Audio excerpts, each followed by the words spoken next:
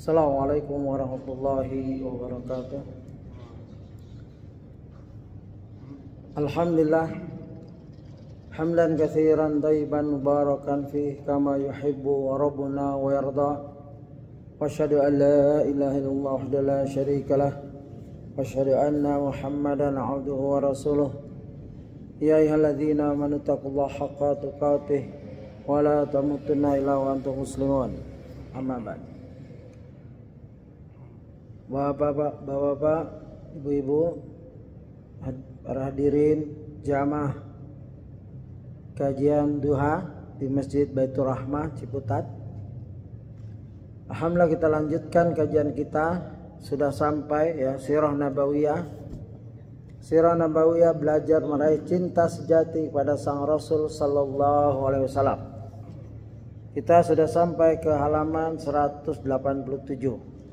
Bab 3, di mana bab-bab ini membicarakan tentang kegelapan jahiliyah ya sebelum diutusnya Rasulullah SAW. Dan ini perlu buat kita agar kita bersyukur pada Allah, karena Rasul Islam adalah an-nur, cahaya ya, minadh dhulumati ilan nur ya gitu. Allazina amanu awliyahum ya Allah yakhruju minal zulumati ilan nur ya. Allah mengeluarkan kita dari kegelapan kepada cahaya. Sampailah dari bangsa-bangsa yang telah kita sebutkan. Ini kajian ke-62 kalau tidak salah, tahun 61, silahkan dilihat nanti. Yaitu sampailah kita ke Mekah, dari membahas Romawi, Persia, Eropa Utara, Cina, India, Ethiopia atau Habasyah. Sampailah kita ke Mekah. Membicarakan tentang Mekah ini panjang sekali, saya siapkan beberapa penunjang, di antaranya Sahih Sirah Nabawi. Dan juga Ustadz juga telah menulis dengan panjang ya, kita bersyukur beliau menaruh hal-hal yang sahih ya, begitu, sekurang-kurangnya kuat untuk diyakini. Sebelum saya masuk ke pembicaraan itu, waktu itu di sini di tempat yang sama Baitur Rahmah, kita mendapat pertanyaan bagaimana kehidupan orang-orang Islam yang hijrah. Setelah saya cari-cari, ada periwayatan bahwa salah seorang sahabat diberitakan ya murtad, ya murtadnya Ubaidillah bin Jahsy setelah hijrah. Ya, di sini dibicarakan. Ya, sebelum kita bicarakan Abdullah bin Jahsy, kita baca sedikit. Al-Ustadz Dr. Firanda Dirja menulis, keadaan Mekah sebelum diutusnya Nabi Muhammad SAW. Kondisi Mekah sebelum pengutusan Muhammad SAW tidak jauh dari kondisi Jazirah Arab pada umumnya.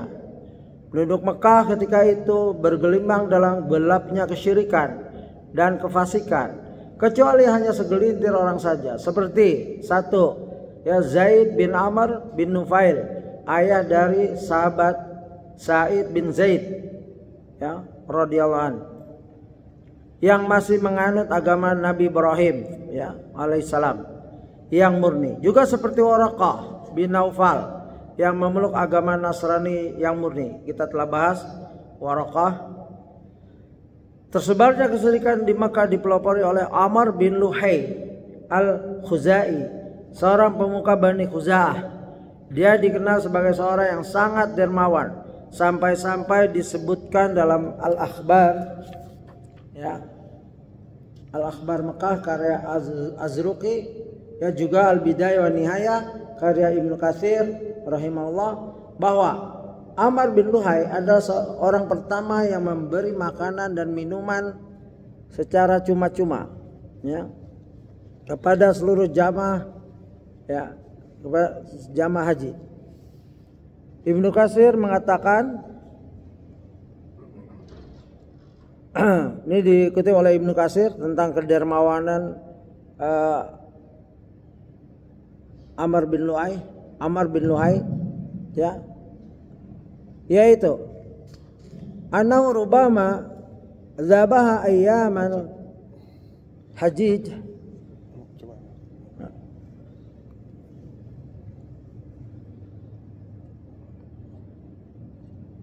asra alaf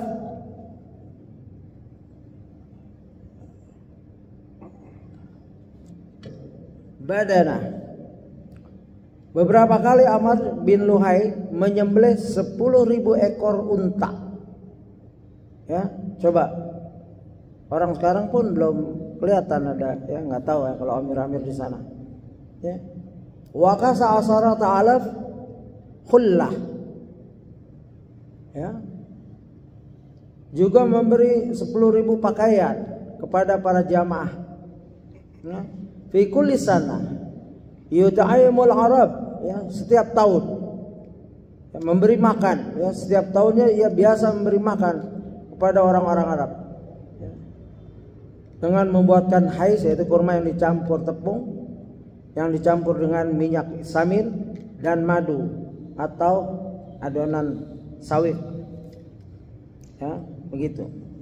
Ini kemurahan hati, kedermawanan orang-orang Arab walaupun belum beragama Islam. 10.000 onta, kalau satu onta taruhlah 100 juta, kalau bagus ya 50 juta lah, silakan kali 10.000, ya, begitu. Karenanya tidak berlebihan jika dikatakan kepada Amr bin Luhai, termasuk sosok yang paling terpandang dan dihormati oleh bangsa Arab pada zaman itu. Seluruh perkataannya didengar dan diikuti. Namun ternyata dia jugalah orang yang pertama kali membawa bencana besar ke negeri Arab. Ya, bencana akan disebutin di sini. Ya, meskipun kemaksiatan, kezaliman serta perzinahan telah terjadi sejak lama di Mekah, namun kesyirikan tidaklah ada hingga Amr bin Luhai al-Khuzai mengajak bangsa Arab untuk melakukannya. Ya, kalau maksiat merajalela, Roma dan lain-lain.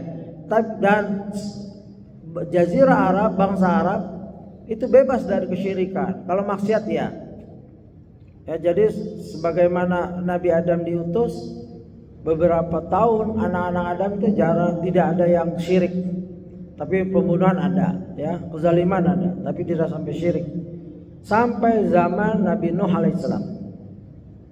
Bangsanya kaum Nabi Nuh alaihissalam.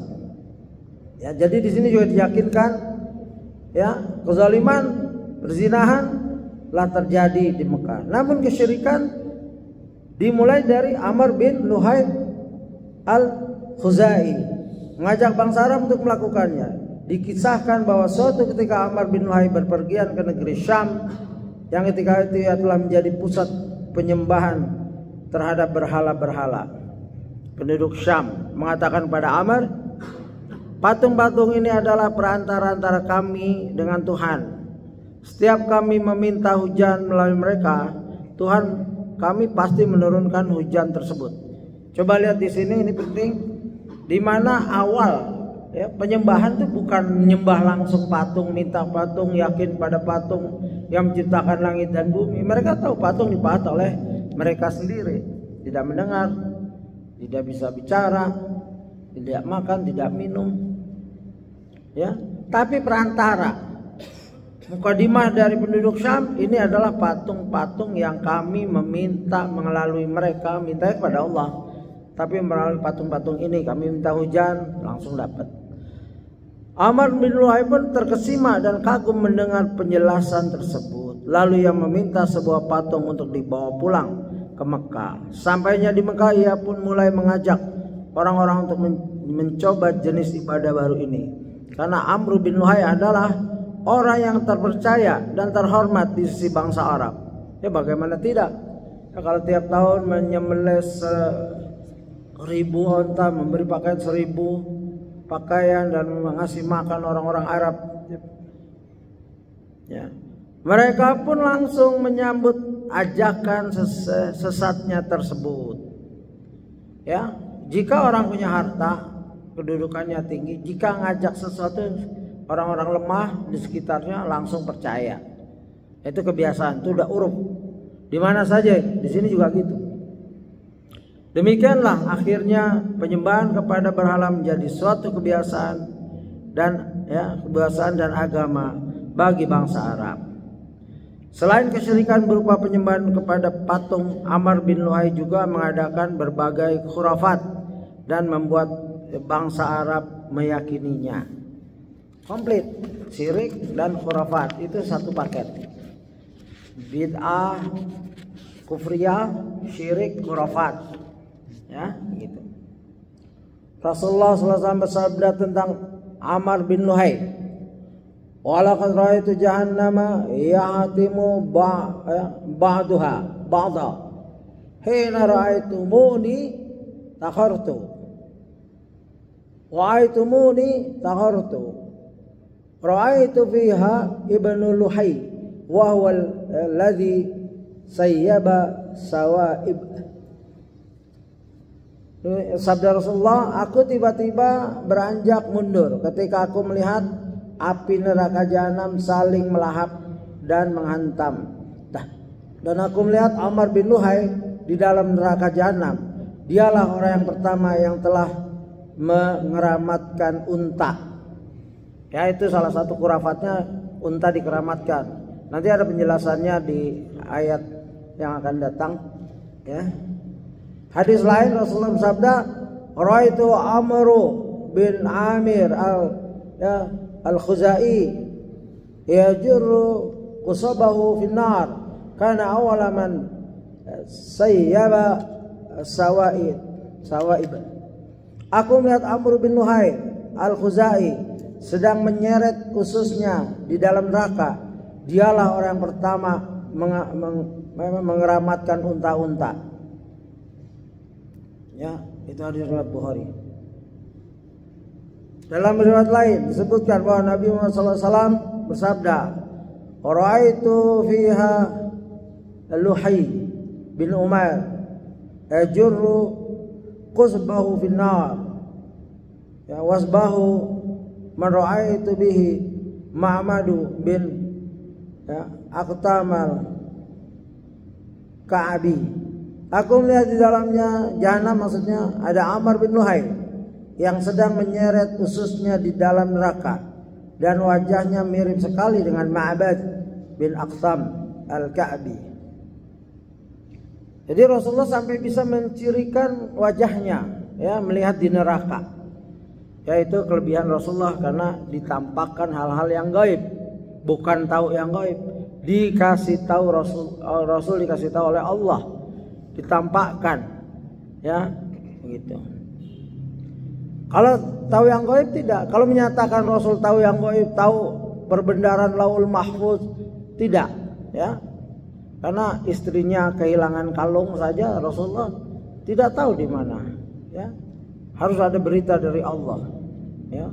Istrinya sampai Aisyah radhiyallahu anha sampai dituduh zina karena kalungnya hilang, ya. Lalu Ma'bad bin Aqsam yang ketika itu hadir pun bertanya, karena wajahnya si Amr bin Luhai ini mirip Ma'bad. "Wahai Rasulullah, apakah aku juga akan senasib dengannya karena aku mirip dengan dia dan dia juga adalah nenek moyangku? Selain mirip masih ada turunan, ya." Rasulullah SAW pun menjawab, "La, anta mu'minun wa huwa kafir." Tidak, kamu seorang mukmin dan dia itu Luhai, Amr bin Luhai, kafir. Jadi tidak boleh menyamakan. Kalau menyebut seperti Rasulullah, ya, sudah menyebut karena memang mirip seperti itu, ya, diklarifikasi, ya. Yang membedakan antara dua wajah adalah keyakinan. Boleh jadi orang itu mirip. Misalkan kita gambarkan orang ini mirip ulama, tapi dia bukan ulama, tukang minyak atau apa, atau tukang tipu, ada. Ya, kita bedakan. Yang satu jasad berisi ilmu dan ketakwaan, yang satu berisi kefasikan dan kemunafikan. Beda walaupun wajahnya sama. Ya begitu. Ini mencerahkan kita, ya. Kita senang dengan berita ini. Dan kalau ya kita ingat-ingat, kok penjahat itu mirip fulan, ya jangan diteruskan itu. Ya jangan dibully juga orang yang mirip, misalkan ada perampok, pembunuh, pemerkosa, mirip teman kita gitu. Ya kita lihat tuh wajah antum ada di situ, nggak boleh seperti itu. Ya dosa itu. Dia menyedihkan. Ya, kita memberi berita gembira kepada orang beriman. Ya, jangan dibully seperti itu. Pengeramatan unta yang dicetuskan oleh Amr bin Luhai Al-Khuzai, ya, telah Allah ingkari dalam Al-Quran. Allah Ta'ala berfirman, ini saya sudah carikan tafsirnya, di mana seorang tidak inisiatifnya si Amr bin Lu'ay ini sangat luas, dari kesyirikan kepada khurafat. Ini bentuk-bentuk khurafatnya. Ya. A'udzubillahi minasyaitonirrajim. Ma ja'alallahu min bahirati wala saibati wala wasilati wala hamin walakin alladzina kafaru yaftaruna 'ala Allahi al-kadhib wa aktsaruhum la ya'qilun. Allah sekali-kali tidak pernah mensyariatkan adanya bahira, saibah, wasilah dan ham. Akan tapi orang-orang kafir membuat-buat kedustaan terhadap Allah dan kebanyakan mereka tidak mengerti. Ada urutan dosa, ya. Ada syirik. Dulu kita pahamnya syirik udah paling top, sebagaimana Ibnu Qayyim menjelaskannya, yang jeratan setan itu, syirik kufur. Tapi ada di atasnya adalah berbicara tentang Allah bi ghairi ilm. Seperti ini. Ya, ada tulisan bagus. Di atas syirik ada dosa lagi yang besar, bahkan lebih besar dari syirik, adalah berbicara tentang Allah tanpa ilmu, seperti ini.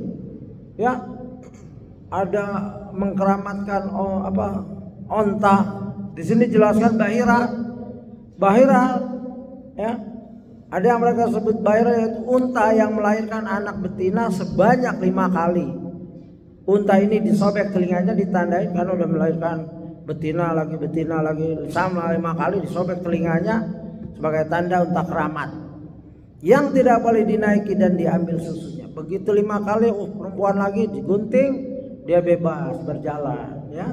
Tidak boleh dibunuh, ya, sebagai tanda keramat. Tidak boleh dinaiki bahkan, dan tidak boleh diambil susunya.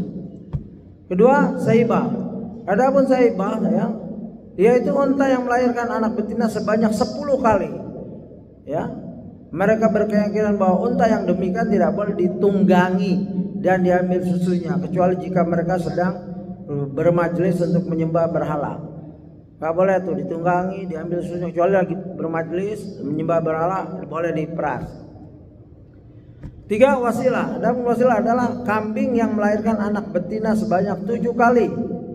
Kambing ini diberi tanda tertentu dan dikeramatkan, ya, tidak boleh diambil susunya dan dagingnya, juga tidak boleh dimakan. Ham, yang keempat, adapun ham adalah unta jantan yang dikawinkan dengan unta betina sebanyak 10 kali dan selalu menghasilkan anak betina. Unta ini juga dikeramatkan dan tidak boleh ditunggangi serta dimakan dagingnya. Ya, Ustaz juga menjelaskan di sini, Al-Hafiz Ibnu Katsir rahimahullah menyebutkan dalam Al-Bidayah wa Nihayah bahwa sebenarnya Amr bin Lu'ay Al-Khuzai mencetuskan pengeramatan ini sebagai wujud kasih sayang dan balas budi, ya, darinya terhadap hewan-hewan tersebut. Orangnya punya kasih sayang. Bayangkan bagaimana tidak punya kasih sayang kalau dia menginfakkan tiap tahun 10.000 onta, 1.000 onta, 1.000 pakaian, makanan orang Arab yang sedang berhaji. Penuh kasih sayang. Dan ini juga kasih sayang terhadap hewan begitu dia. Saya pernah beli hewan ada, baru saya ingat sekarang, waktu di kandang ada satu kambing tidak boleh dibeli, tidak boleh dijual. Katanya, oh ini tidak boleh dijual, saya tidak juga potong, dia akan mati begitu saja. Saya nggak tahu apa ini maksud bagian ini. Karena dia, kenapa? Karena dia sudah menghasilkan banyak turunan. Saya nggak kepikir waktu itu ya, tapi mungkin bisa terjatuh ya. Kenapa nggak dijual, nggak dipotong, dijamin aja kasih makan sampai mati, lalu dikubur. Yang mudah-mudahan nggak ke arah sini ya, kita berlindung pada Allah. Tapi hati-hati, biasanya orang-orang cinta kepada hewannya seperti itu. Kalau dasar cinta tidak berdasarkan bukan syariat, karena cinta aja, wallahu a'lam mungkin boleh. Ya. Oh sepeda. Oh anak kayak gitu. Oh. Kenangan ya. Yang mungkin kecintaan aja. Kalau ini kan dijadikan hukum.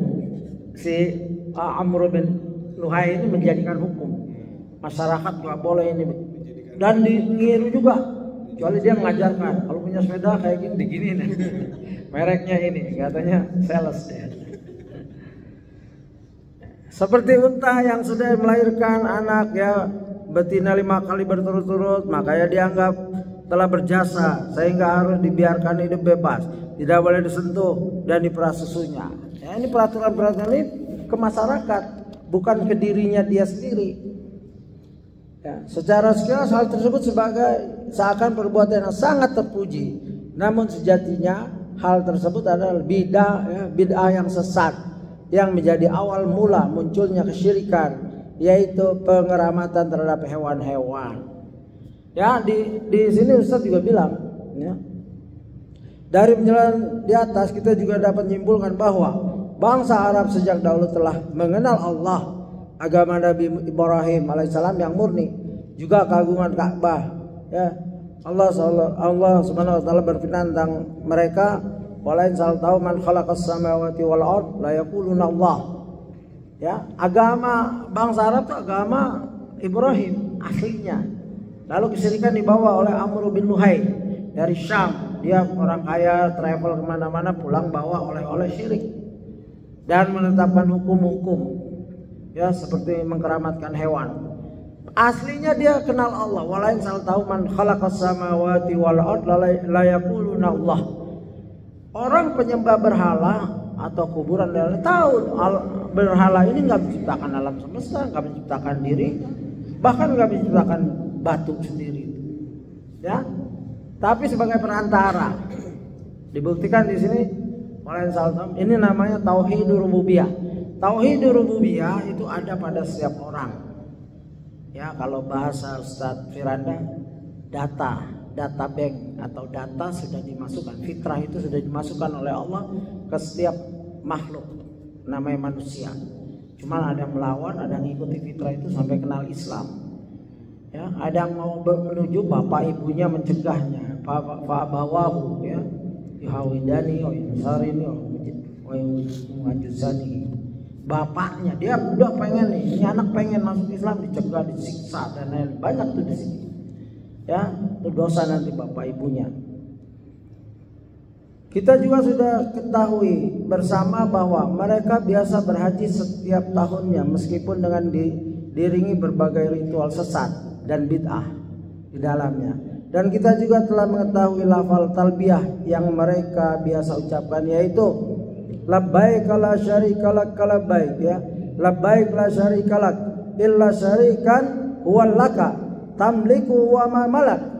Ya Allah, kami penuhi panggilanmu. Ya Allah, tidak ada sekutu bagimu kecuali suatu sekutu milikmu yang engkau menguasainya dan sekutu tersebut tidak menguasainya. Ini talbiyah bangsa syirik, kaum musyrikin pada saat itu.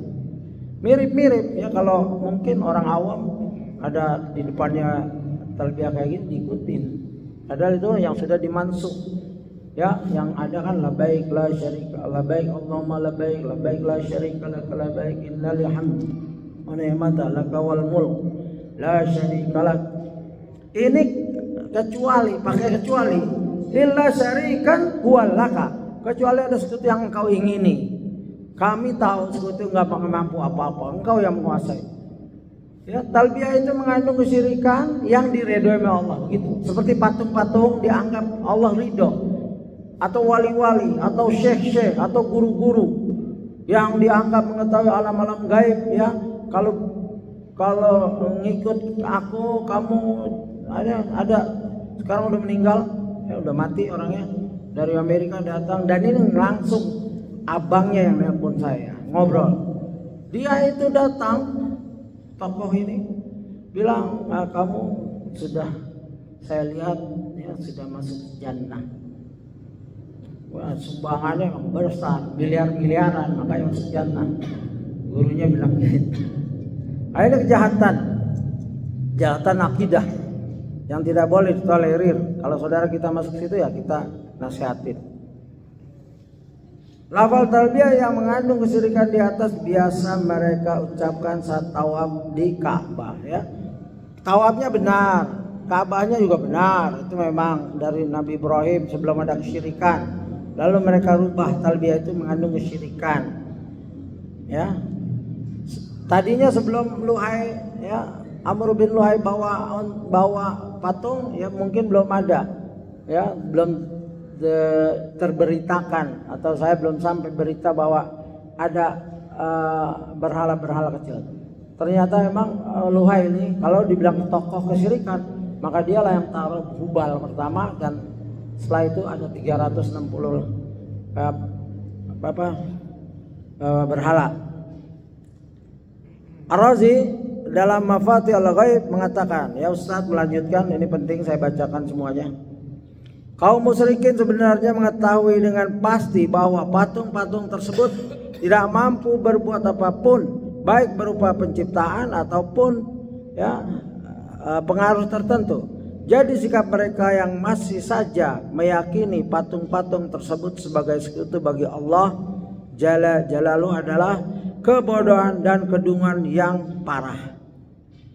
Ya, Mafatihul Ghaib, ya, tafsir itu. Beliau juga mengatakan mereka membuat berbagai patung dan ya arca dalam bentuk para nabi dan orang-orang mulia di antara mereka.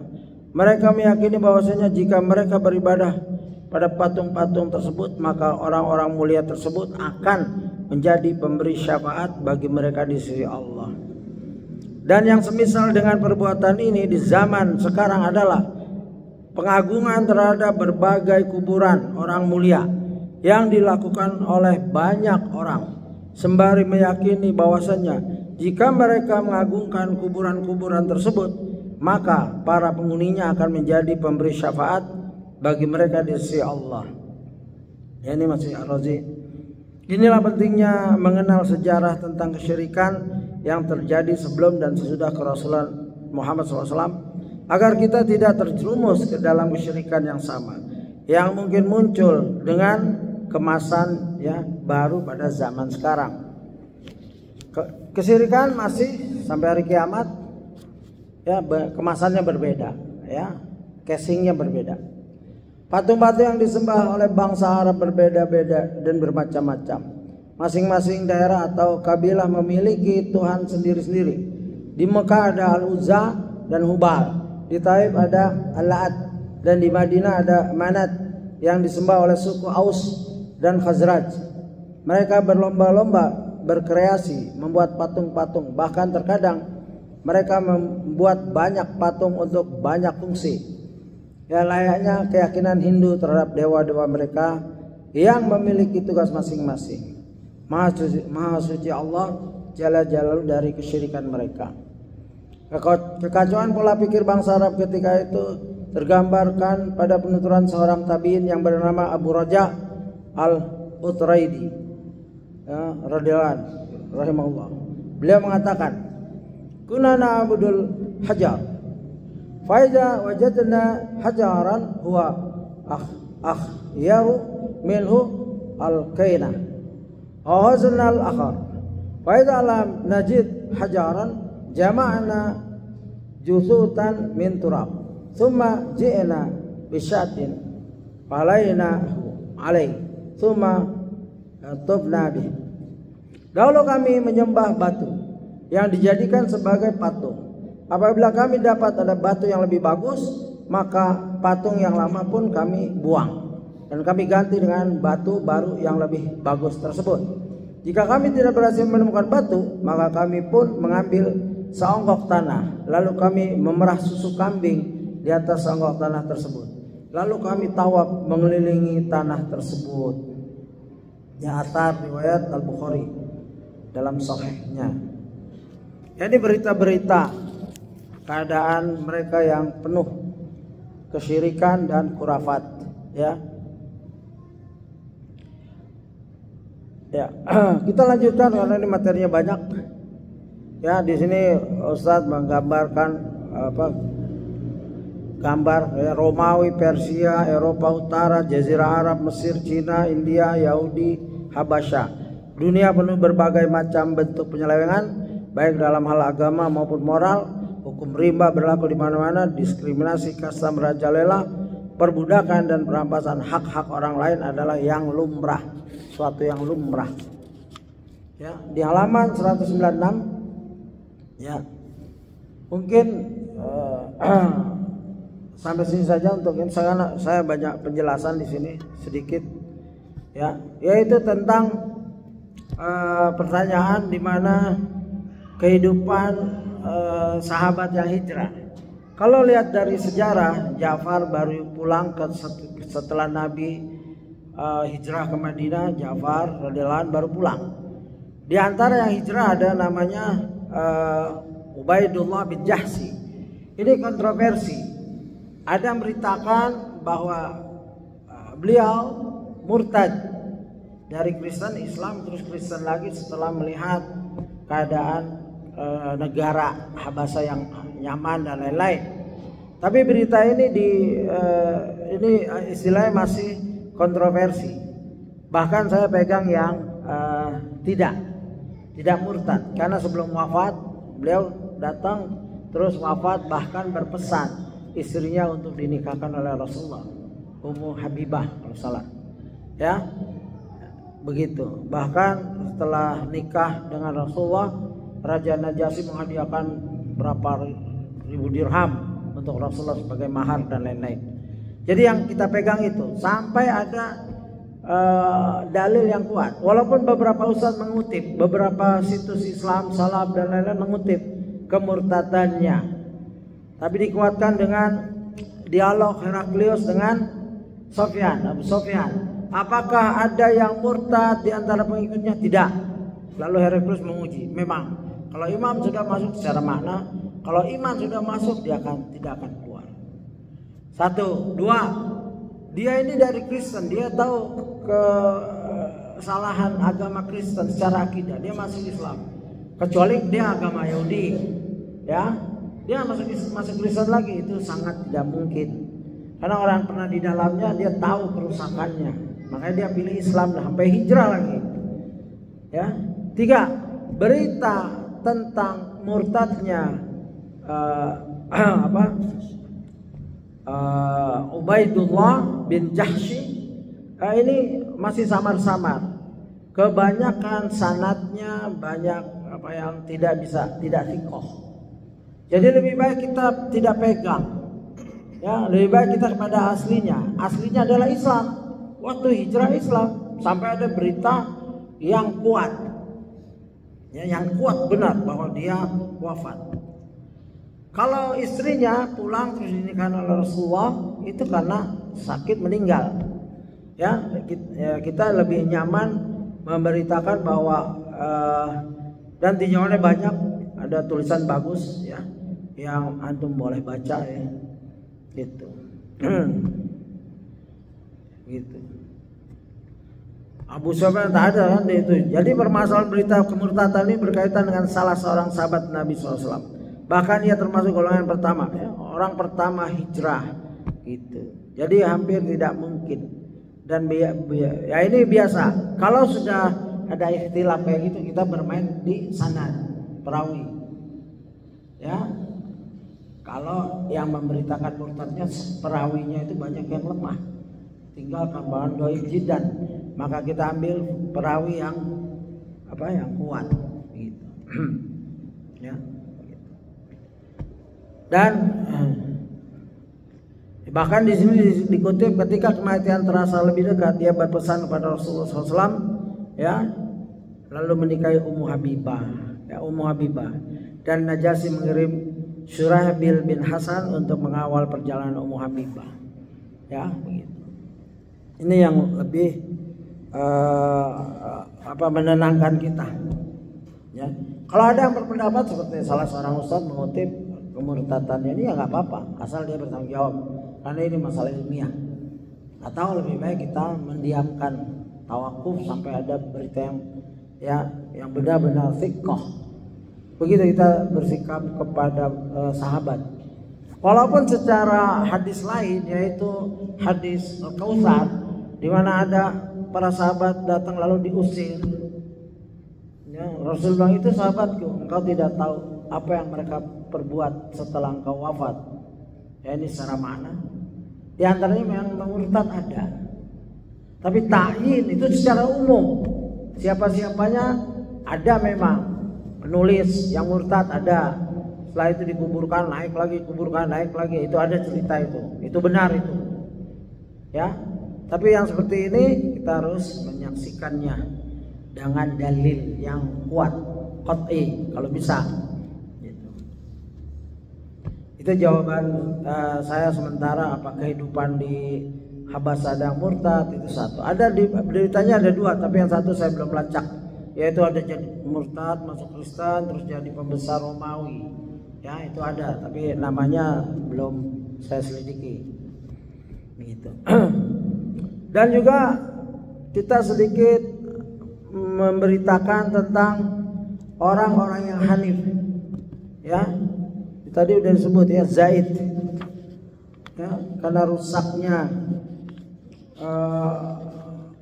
keadaan di Mekah, ya, ada beberapa orang yang masih mengikuti agama Hanif, ya, yaitu Waraqah dan lain-lain, ya, Waraqah, ya, ini belum disebut ya di sini.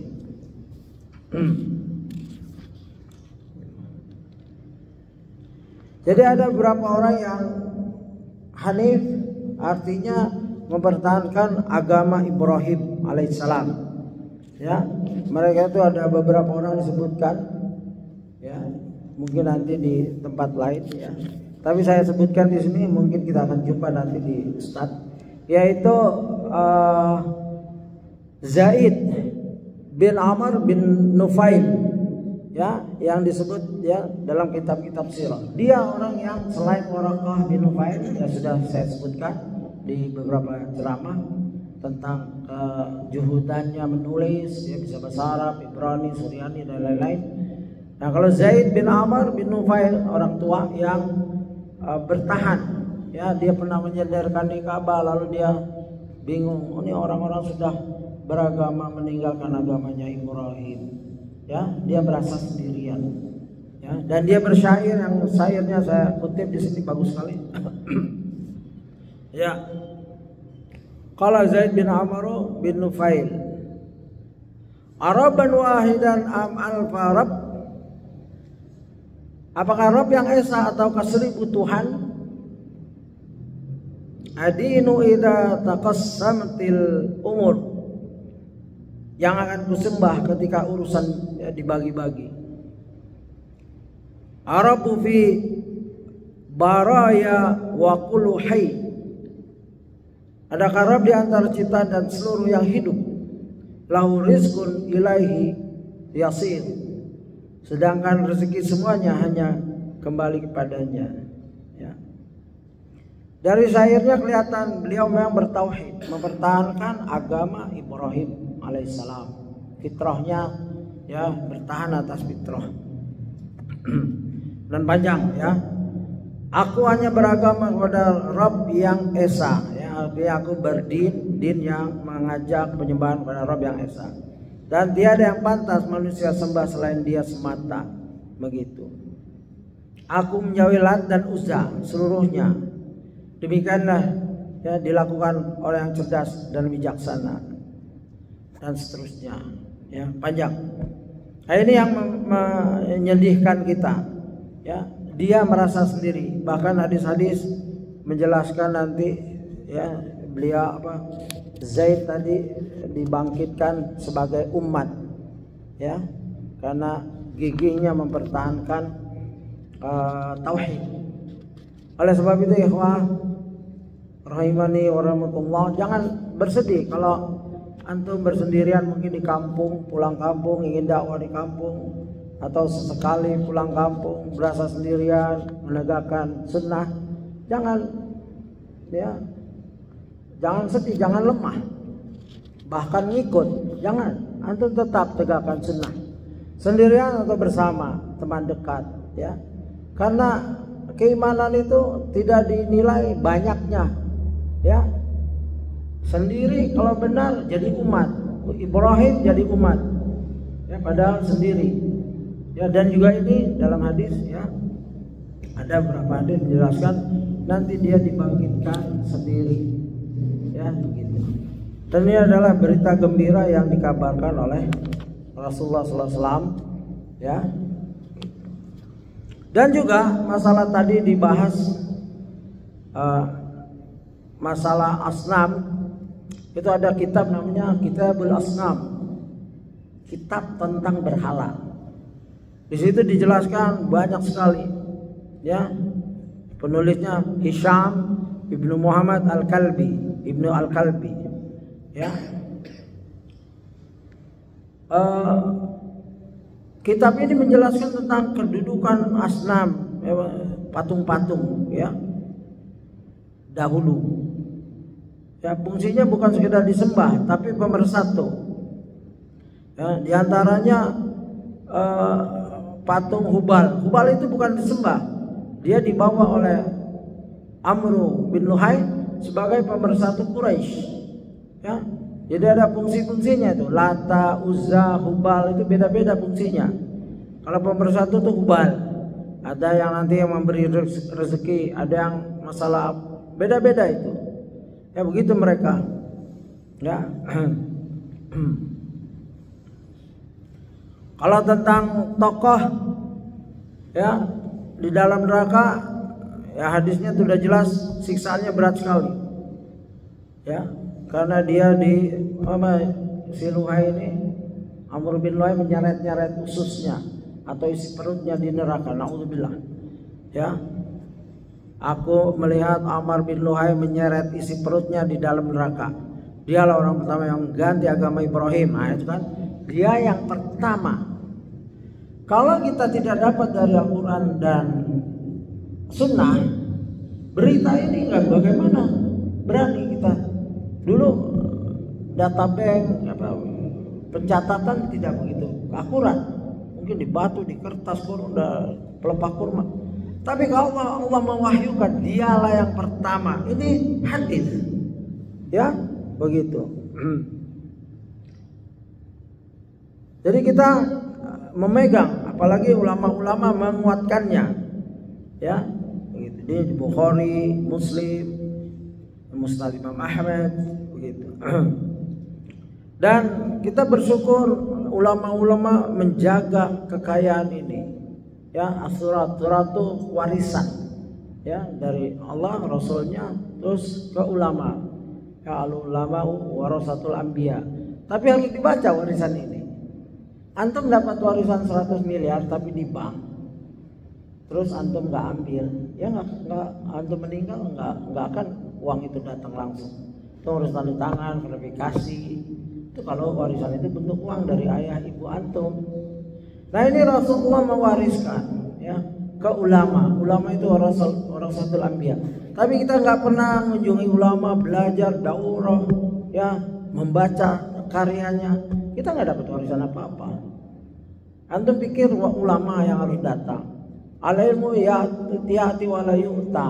Ilmu itu didatangi. Ada ulama daurah datang, muhadarah ceramah datang, buka kitabnya, cari, ingin tahu, ya, yang sudah diterjemahkan baca, ya, baca terjemahan dan rujuk pada ustadz, ya, jika mungkin ada keraguan di dalam menerjemahkan, gitu. Dan Buku ini nggak panjang tapi bagus sekali karena berisi dengan dalil-dalil. Tapi orientalis mengkritisi buku ini, ya kita nggak pegang orientalis. Katanya ini buku ditulis berdasarkan oral news, berita. Saya lihat kitabnya penuh Bukhari, Muslim, ya tarikh dan lain-lain, ya. Selain Hubal, dia juga membawa berhala-berhala lain dari negeri Syam, lalu menegakkannya di Mekah dan di sekeliling Ka'bah. Maka Quraisy dan sekutu-sekutunya pun menyembahnya. Ini berita dari Al-Asnam nih, kitab Al-Asnam. Setiap kabilah dari Quraisy memiliki berhala khusus untuk mereka yang dijadikan tempat kembali, tempat menyembelih, dan tempat mereka melakukan pengundian dengan azlam, anak panah. Jadi kalau ngundi dia di atas, di depan berhala.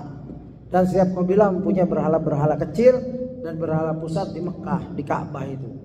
Ya. Dan wa ma kana salatuhum 'indal baiti illa muka'an wa tasdiyah. Dan salat mereka di sekitar Baitullah itu tidak lain hanyalah siulan dan tepuk tangan, bersiul dan tepuk tangan. Makanya dua ini dilarang karena ini kebiasaan jahiliyah dalam tawaf, telanjang. Yang tidak punya baju kalau datang dia harus nyewa dari kaum Quraisy menunggu. Ya. Kalau enggak nyewa, enggak boleh pakai baju yang dari kampungnya. Misalkan kita nih dulu nih zaman jauh-jauh kan, nggak boleh pakai baju yang dari kita bawa, itu baju penuh dosa, ditinggalkan atau sewa. Kalau nggak mampu sewa ya udah telanjang. Biasanya laki-laki siang hari, perempuan malam hari, ya begitu.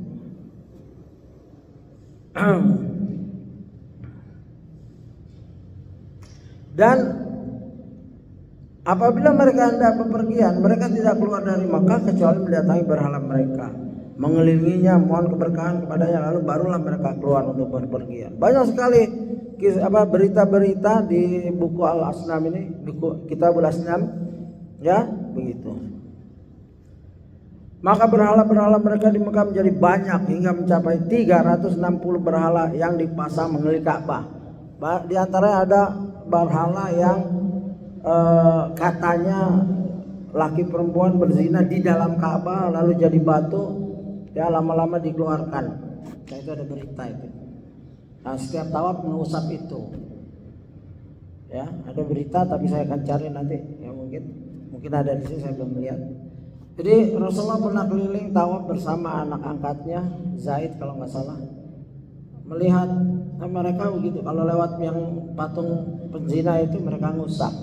Rasulullah tidak, dan anak yang ikut ngusap langsung dilarang, jangan. Jadi selamat, Rasulullah itu selamat dari kesyirikan, maksiat dan lain. Banyak kisah-kisah, ya ada beberapa kisah tentang selamatnya Rasulullah secara fitrah. Ya Allah menjaga sebelum Nabi, sebelum jadi Nabi masih anak-anak juga, ya begitu. Ketika Rasulullah SAW menaklukkan Makkah, beliau masuk ke Ka'bah sedangkan di sekelilingnya terdapat 360 berhala. Lalu beliau menusukkannya dengan busur yang ada di tangannya sambil membaca, Ja'al haqq wa zahaqal batil, innal batila kana zahuqa.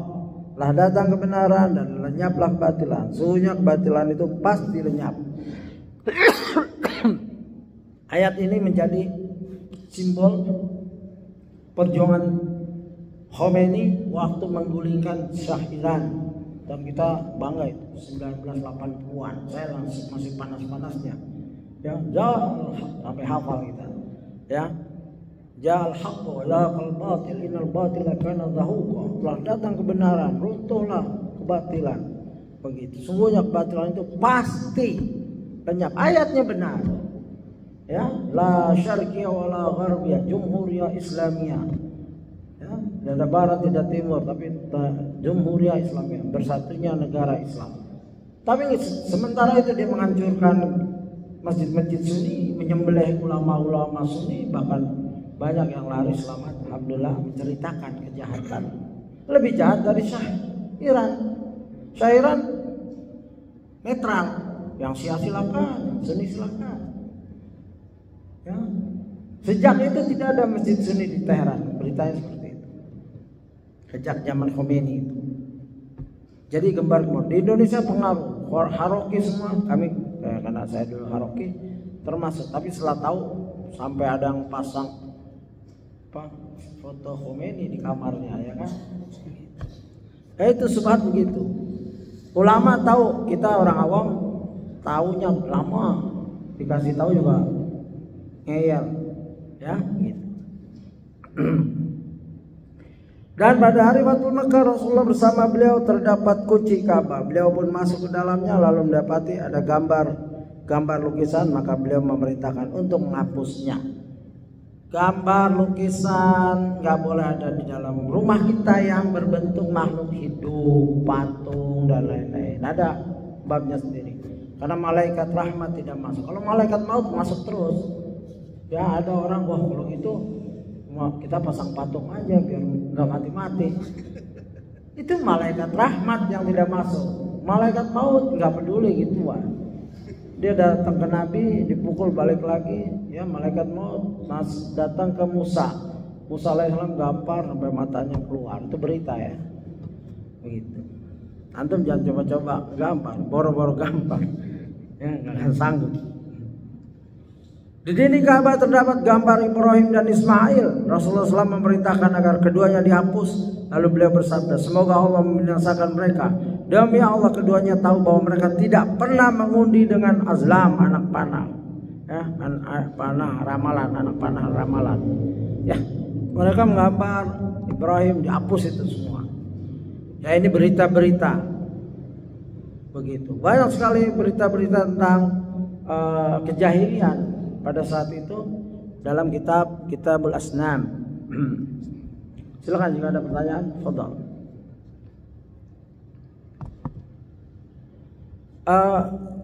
Kalau nggak ada pertanyaan,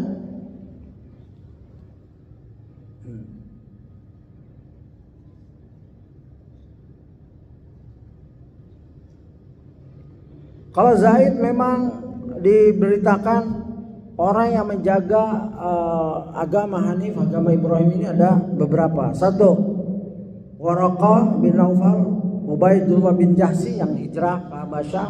Waraqah yang jumpa dengan Nabi pada saat baru dapat ayat pertama Iqra, lalu itu sepupunya Khadijah radhiyallahu anha. Utsman bin Huwairits, ya, dan Zaid bin Amr bin Nufail. Ya, Zaid ini ya yang tadi sudah kita beritakan sedikit. Zaid berteguh hati menjauhi berhala. Ia juga menentang tradisi mengubur anak perempuan hidup-hidup. Aku menyembah Tuhan yang Tuhannya Ibrahim, begitu. Nah, ini ada berita dari Asma binti Abu Bakar As-Siddiq radhiyallahu anha pernah berkisah. Aku pernah melihat Zaid bin Amr bin Nufail, seorang yang sudah lanjut usia, menyandarkan punggungnya pada Ka'bah dan berseru, wahai orang-orang Quraisy, demi zat yang jiwa Zaid bin Amr berada di tangannya, tidak seorang pun dari kalian yang memegang agama Ibrahim selain aku. Ya Allah, seandainya aku mengetahui wajah ya apa yang paling kau cintai, niscaya aku menyembahmu dengannya. Tapi aku tidak mengetahui. Kemudian dia bersujud ya sekenanya, semampunya. Ya hingga wafat Zaid bin Amr bin Nufail teguh menjadikan Hanifiyah sebagai keyakinannya. Ia wafat sebelum Nabi Muhammad SAW menerima wahyu. Jadi termasuk orang yang fatrah. Dia berpegang teguh pada agama Nabi Ibrahim. Tidak Kristen, tidak Yahudi. Kalau Waraqah Kristen yang taat dan yang benar, begitu. Ia punya anak bernama Sa'ad bin Zaid yang kelak menjadi salah satu sahabat Nabi, ya, yang menerima kabar gembira dijamin masuk surga. Karena bapaknya baik, anaknya menjadi salah satu yang dijamin masuk jannah bersama Nabi, masih hidup lagi, ya, begitu. Hendaklah kita dengan membaca sejarah seperti ini, kita nggak berasa sendirian. Kalau lagi pulang kampung, kalau lagi berdakwah, kalau mengajak ke tauhid dan lain-lain. Coba bayangkan Zaid sendirian, benar. Coba bayangkan Ibrahim, coba bayangkan Rasulullah SAW awal. ya baru wahyu, dan itu cuma berapa ratus tahun Islam sudah sampai tanah yang kita ini, yang kita cintai. Ya bahkan kalau antum berjalan ke pulau-pulau kecil ada masjid, ada musola, walaupun mungkin masih ada kesyirikan, khurafat ya. Tapi itulah ya, perlunya dakwah di Indonesia ini, dan jangan pernah merasa sendirian. Itu penting agar kita termotivasi terus dan semangat terus. Kalau orang merasa sendirian agak melemah. Makanya sholat laki-laki berjamaah. Itu salah satu hikmahnya, bahwa kamu gak sendirian menyembah Allah. Lihat saudara-saudara kamu, bahkan ada orang yang dipapa. Bahkan Umi Maktum pernah minta izin, ya Rasulullah, aku seorang yang tua, tidak ada yang membimbing guide untuk ke masjid, dan Madinah banyak pohon, banyak binatang ini, apakah aku boleh sholat di rumah? Lalu Rasulullah mengizinkan, kasih uzur. Baru mau jalan dipanggil, sini. Apakah kamu dengar azan? Iya, wajib kamu datang. Buta, nggak ada pembimbing, alamnya kayak gitu. Ya, ini banyak di kitab-kitab sholat tentang wajibnya sholat berjamaah. Ya, coba kita ini sehat dan lain-lain, kaki kuat, masjid dekat, tega kita sholat di rumah, kecuali uzur syar'i, sakit ya, yang nggak mungkin datang, atau berpergian lelah sekali sudah jamak ya, atau hujan ya, hujan kecil, hujan besar sama aja. Kalau anda tinggal di Puncak ya, atau di Bogor sekitar, kalau hujan terus boleh sholat di rumah terus. Saya pernah tanya ini dalam mengikuti sarah sebulan kurang lebih di Gresik bersama Syekh Walid Saifun Nasar. Kita membahas bab ya, jika hujan bagaimana, apakah sholat di rumah ada uzur? Ya, bahkan saya tanya, di Syekh di Indonesia ada Madinatul Motor, tiap hari hujan, apakah boleh seorang ngambil rukhsah ini? Ya boleh, maknanya seperti itu ya. Tapi kalau bisa ya datang, habis gitu misalkan ya makan, bahkan ada timbul kemudahan lagi, yaitu jamak, tapi bukan qashar ya, kecuali musafir.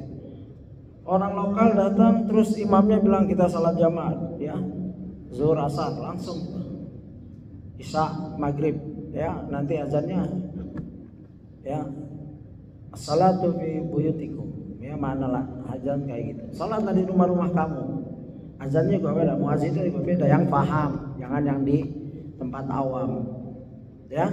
Kita di pondok alhamdulillah kalau hujan langsung jamaah. Ada yang beda pendapat ya nggak apa-apa, kita hormati.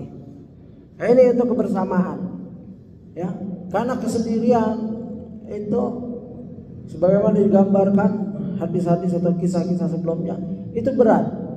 Zaid, orang yang sudah tua, dia mengeluh ya, wahai kaum ya, kenapa engkau meninggalkan agama Ibrahim alaihissalam. Dan juga kita di Indonesia ya, kita seperti ghuraba, orang-orang asing, mengajak ke tauhid dan mengajak ke sunnah itu seperti orang asing, berpakaian juga seperti orang asing, jenggotan seperti orang asing. Padahal bikers di Australia jenggotnya sak gini-gini, gak pernah dikritisi karena takut, mereka tatoan ya. Coba aja ngelirik aja, gebukin kita, kayak ngeritik lagi. Tapi begitu orang Islam pakai jenggot, ya orang Indonesia jenggotnya kayak saya kecil, sudah diplototin, diledek, hei goci, hei kambing, begitu. Coba yang, nah alhamdulillah ada bikers masuk Islam, jalan sama saya aman, nggak ada yang berani ngeledek dia. Dia tahu nih bekas bikers, motornya gede dan lain-lain. Itu begitulah setan. Kalau bikers jenggotnya sepanjang apa, nggak ada yang berani ngeledek jenggotnya, nggak ada. Tapi orang Islam ya, belanja nggak ganggu, nggak apa-apa motor, nggak tatoan, dia cuma masang jenggot, diledek di mana-mana, di kampus diledek. Ya 17 tahun di sana biasa itu. Tapi begitu pulang di Indonesia ada juga yang ngeledek. Orang Islam juga lagi. Haula wala quwwata. Dan posisi ekonominya ya Allah, tukang Ya bukan saya merendahkan tukang, dia sibuk dengan pekerjaannya, silahkanlah pakai ngeledek kita. Ya, itu karena subhat. Ya kita perlu dakwah, bersabar kita. Ya jangan sedih, diledek jenggot, diledek sunnah, cingkrang dan lain. Jangan. Ya, jangan. Tetap. Ya kita belajar dari tadi Zaid, ya begitu gigihnya Zaid bin Amr bin Nufail. Dia melahirkan anak yang soleh, bahkan masih hidupnya dijamin ahlul jannah bersama Nabi nanti, ya begitu. Wallahu alam, demikian apa yang kita bisa kaji bersama. Semoga bermanfaat untuk diri saya dan rekan sekalian, kawan-kawan sekalian, dan juga dapat mengamalkan. Kita belajar syirah sederhana ilmu ini, ya yang penting sahih, dan kita mencari yang sahih agar bisa kita pegang untuk kita amalkan. Demikian, subhanakallahumma wa bihamdika asyhadu an la ilaha illa anta astaghfiruka wa atubu ilaik. Assalamualaikum warahmatullahi